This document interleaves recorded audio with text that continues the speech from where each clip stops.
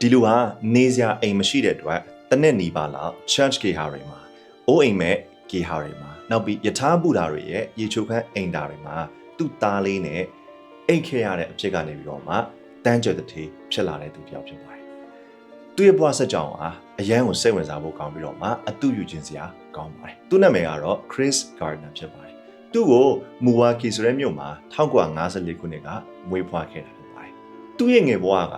ဆင်းရဲပြီးတော့မှတော်တော်လေးခက်ခဲကြမ်းတမ်းခဲ့ပါတယ်။သူ့မိဘတွေအိမ်ထောင်ကွဲသွားတော့သူ့ရဲ့အမေဟာနောက်အိမ်ထောင်ပြုခဲ့တယ်။သူ့ပထွေးကသူတို့ပေါ်မှာအရန်ကိုကြမ်းကြမ်းတမ်းတမ်းဆက်ဆံတဲ့အတွက်သူကတခြားမိသားစုတွေနဲ့နေခဲ့ရတဲ့အချိန်တွေရှိခဲ့ပါတယ်။ဒါပေမဲ့လည်းသူ့ရဲ့ဘဝအနာဂတ်မှာဒီထက်ပိုပြီးကောင်းအောင်သူလှုပ်ဆောင်နိုင်တယ်ဆိုပြီးသူအမြဲ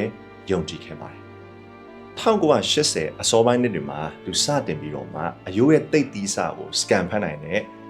စက်ပစ္စည်းတွေကိုသူဝယ်ရောင်းလုပ်ပါတယ်။အဲ့ဒီချိန်တော့သူ့မှာမိန်းမရဲ့ကလေးလေးတစ်ယောက်ရဲ့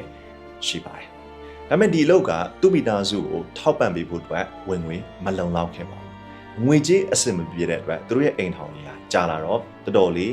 ပြဿနာတွေများလာပြီးနောက်ဆုံးသူ့ရဲ့မိန်းမကသူနဲ့သူ့သားလေးကိုထားခဲ့ပါတယ်။တနေ့သူအပြင်သွားနေတော့အနေအောင် Ferrari ကားပေါ်ကလူတစ်ယောက်ထွက်လာတာကိုသူတွေ့တော့အဲ့ဒီလူကိုသူကဘာလုပ်တယ်လဲဆိုပြီးမေးခဲ့ပါတယ်။ဒါနဲ့အဲ့လူကသူဟာ stock broker တယောက်ဖြစ်တဲ့အကြောင်းပြောပြတော့သူလည်း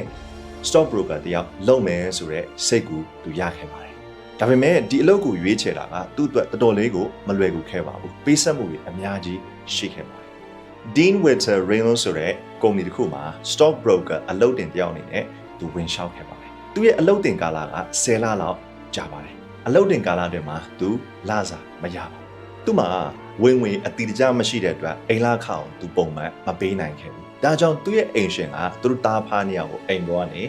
နင်ချခဲ့ပါတယ်။ဒါနဲ့သူတို့တားဖားနှစ်ယောက်ဟာအထုပ်ကိုစီနဲ့ကြုံရအိတ်ခဲ့ရပါတယ်။တခါလေကြာရင်ချက်ချောင်းရဲ့ဂေဟာတွေမှာအိတ်ခဲ့ရတယ်။တခါလေကြာရင်လည်းအိုးအိမ်မဲ့သူတွေအတွက်ပြင်ဆင်ပေးထားတဲ့ဂေဟာတွေမှာအိတ်ခဲ့ကြတယ်။တခါတလေကြာရင်လည်းသူတို့မှာအိတ်ဆရာနေရာမရှိတဲ့အတွက်ယထာဘူတာရဲ့ရေချိုခန့်အိမ်တာတွေမှာအိတ်ခဲ့ရပါတယ်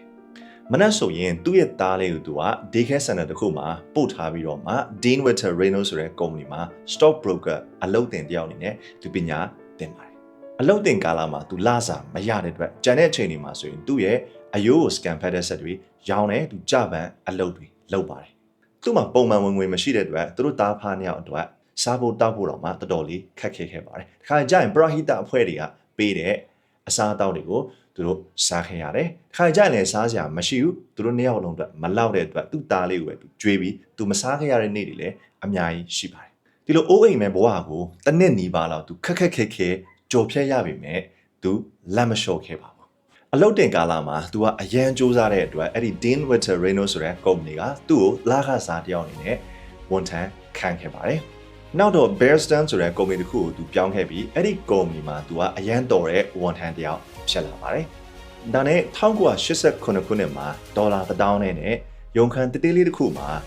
Gardner Rich & Co ဆိုပြီးတော့မှသူ့ရဲ့ကိုယ်ပိုင်ကုမ္ပဏီတစ်ခုကိုသူတည်ထောင်ခဲ့ပါတယ်။နှစ်အနေငယ်ကြာတော့အဲ့ဒီကုမ္ပဏီကိုသူရောင်းချပြီးတန်းကြွယ်တဲ့တယောက်ဖြစ်လာခဲ့ပါတယ်။ Will Smith ကအဓိကဇာတ်ကောင်ကနေပါဝင်တရုပ်ဆောင်ထားတဲ့ The Pursuit of Happiness ဆိုတဲ့ဇာတ်လမ်းလေးဟာသူ့ဘဝအကြောင်းရိုက်ထားတဲ့ဇာတ်လမ်းလေးပဲဖြစ်ပါတယ်။တင်လဲအခုလက်ရှိကိုယ့်ရဲ့အခြေအနေကတော်တော်လေးခက်ခဲနေတယ်ဆိုရင်တော့မှကိုယ့်ရဲ့အိမ်မက်တွေကိုယ့်ရဲ့ပန်းနိုင်တွေပေါ်မှာလက်မလျှော့လိုက်ပါနဲ့။